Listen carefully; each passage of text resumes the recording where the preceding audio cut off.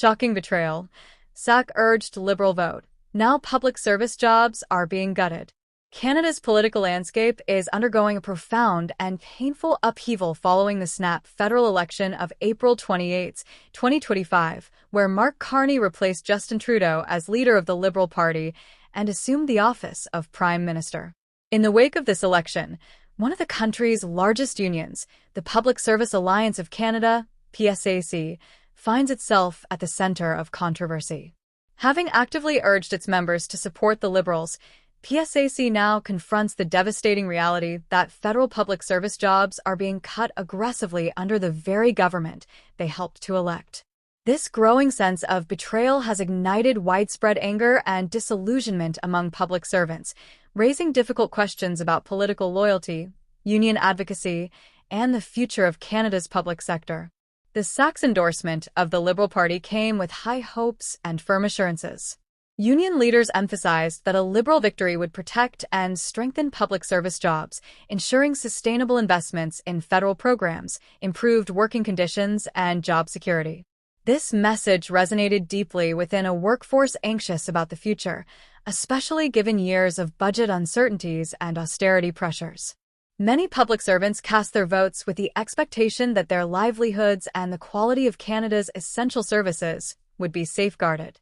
Instead, the reality has been far harsher.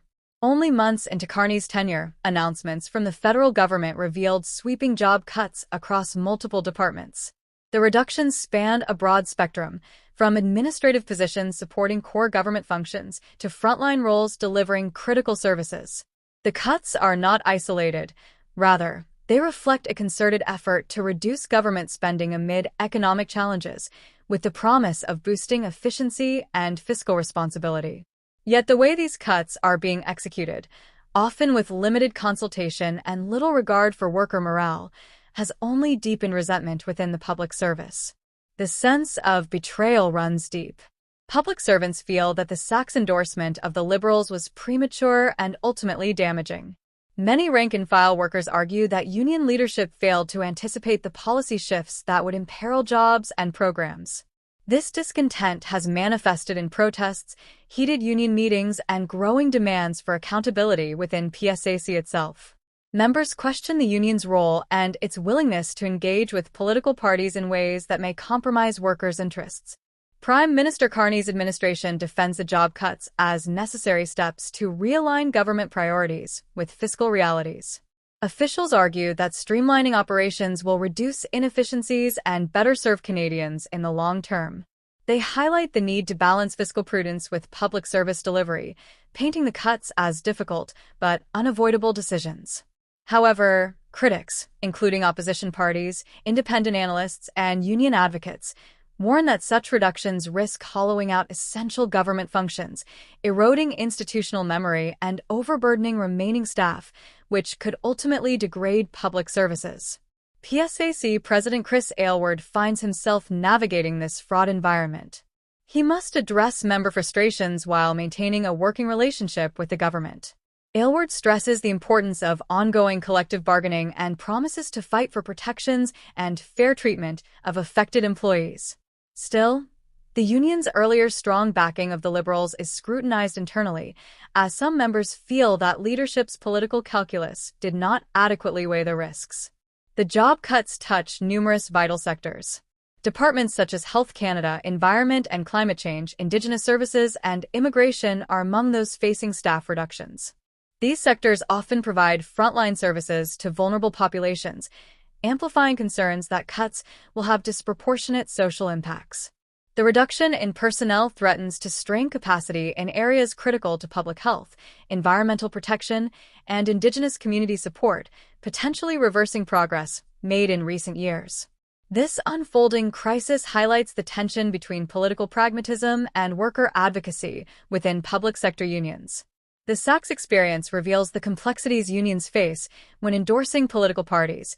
The hope of influencing policy and protecting members can sometimes collide with the realities of governance and fiscal discipline. The fallout has sparked debates about whether unions should engage so directly in partisan politics and how they can better safeguard their members' interests amid shifting political landscapes. Opposition parties have seized on the controversy, using it to criticize the Liberal government's approach. Conservative leader Candice Bergen has condemned the cuts as broken promises that undermine Canada's public service and calls for restoring jobs and resources. Meanwhile, the New Democratic Party, NDP, has voiced staunch support for public servants, pledging to oppose any measures that erode the public sector's capacity. These criticisms have added to the pressure on Carney's government to reconsider its spending plans and engage more transparently with public workers. The political ramifications are becoming apparent.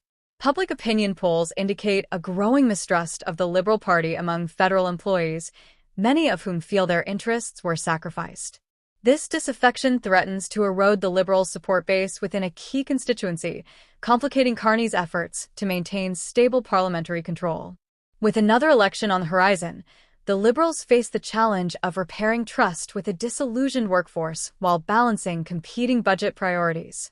For the individual public servants affected, these cuts are far more than abstract policy decisions. They translate into job losses, increased workloads, and uncertain futures. The personal toll is evident in declining morale, anxiety over career prospects, and the erosion of a workplace culture built on service to Canadians. Many feel undervalued and question the loyalty they showed the party that now seems to disregard their well-being. Looking ahead, the evolving rift between PSAC, its members, and the Liberal government will be a critical test of leadership on all sides. Restoring trust requires honest dialogue, greater transparency, and meaningful commitments to worker protections. It also demands that political actors recognize the essential role public servants play in upholding Canada's institutions and services. The future of the federal workforce and the quality of government services Canadians rely upon depends on how this crisis is managed. Ultimately, the PSAC Liberal controversy transcends politics. It challenges the fundamental nature of alliances formed during election cycles.